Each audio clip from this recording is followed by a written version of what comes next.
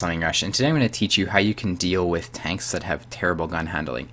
Alrighty, so one of the easiest things for a lot of people to change is probably going to be their crew setup. So what I would suggest doing is I'd run everything you can to increase your gun's performance. So on my crew here I have Brothers in Arms, and then I just put Repairers and Camo and standard stuff, and then I went and put on Snapshot and Smooth Ride. I like to run Armorer. That's a 5th skill though.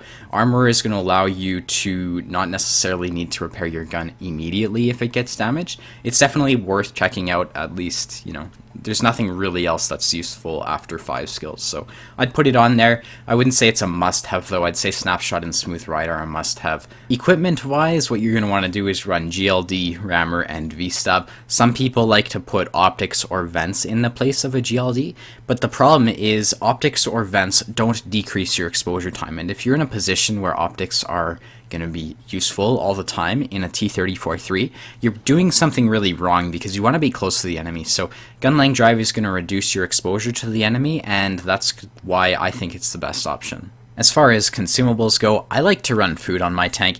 I wouldn't really suggest it for the average player though. For me it's cost effective because I will typically make 80,000 credit profit without food. So with food it makes sense for me. So for most players it's not going to be viable. I feel obligated to talk about it though because it is an option. If you feel it's going to be cost effective to you, sure, run food. For most players though, I would suggest running an automatic fire extinguisher or a fire extinguisher, whatever you feel you can afford. Since we have done everything we can in the garage, let's hop into a battle. I'll show you how I like to play to try to mitigate the negatives of terrible gun handling. On the map Runeberg, I'm going to the 0 line because that's where I like to play on this map. What you can do is you can play the city in a T-34-3, but really we don't need to because of our lineup and theirs. So what I'm going to do is I am just going to go into the city, well, like the city on the 0 line, and just play it and look for shots on people. So first things first, I'm getting into the fight as quickly as I can. This is going to allow me to just get close to the enemies. I don't need to aim for as long, and I can very easily just sort of react and take snapshots and stuff like that. That's going to be key when you're trying to play some sort of tank that can't take forever aiming, is just to get close, because the closer you are, the less time you have to spend shooting, like, makes sense. Alright, so what I'm doing is I'm just pushing up to here. I'm trying to use these bushes here. The Rudy does light me, but you can see I just put auto aim on because I don't really need to aim for weak spots on the Rudy, and it's very easy for me to put a very quick shot into him. The next is this Chaffee here, who I'm just going to get the kill. Again, not aiming that shot, because if I did, he would have died. He might have put more shots into me. Quick shots is going to be the key to this tank anyways. There's the Rudy. You can see he's poking back. I'm also trying to type to someone, but I'm doing a terrible job. I'm looking for shots on the Rudy, and I miss it because I am talking, but that's okay.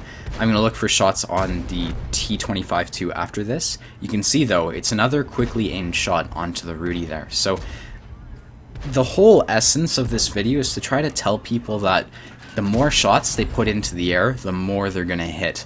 A lot of people don't like that playstyle because they go, my T-34-3's gun with .46 accuracy didn't hit my snapshot. But it's going to require a lot of patience, I guess, and just understand that your shots are going to miss. For example, this one. All it does is track his side.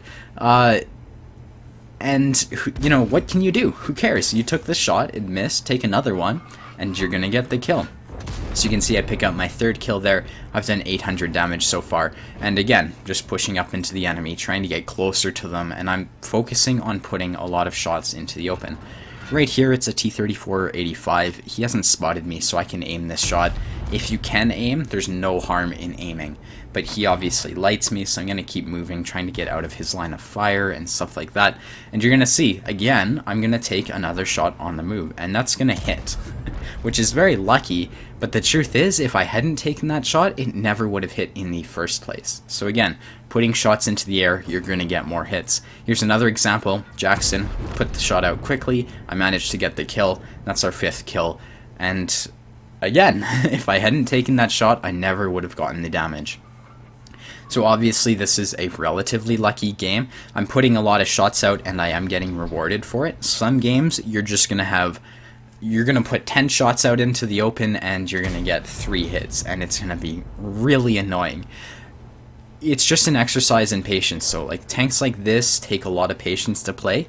and really it's taken me 1,000 games to learn how to play this tank. Here I take a hit from an ISU 152. I don't really care, it's an ISU 152, and I was in the open, so it's my fault.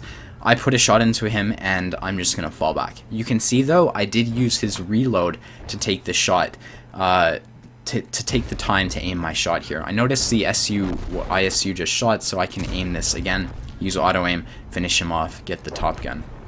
So the replay is pretty much over. I'm just going to keep rolling it because I start to, well, I take a snapshot and I bounce the AT-15, and I just want to show that it does actually happen. This replay was sort of lucky in the fact that I was able to shoot at 6-1 shots, but hopefully it illustrates what you're going to want to do with, you know, bad aim time, bad gun handling tanks. You want to get close to the enemy, and if you're in a medium, don't brawl with them, but shoot them when they're reloading, you know, stuff like that. That's gonna be how you can use your alpha to your advantage. You can see that we just bounced the rear of the AT-15.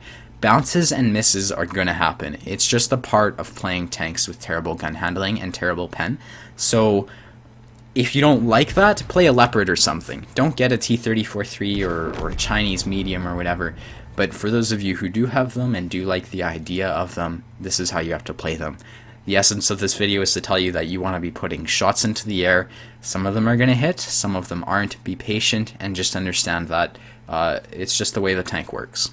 Thanks for watching this video, guys. If you want to see more, be sure to hit the like and the subscribe button, and I hope to see you around. Later, guys. Bye-bye.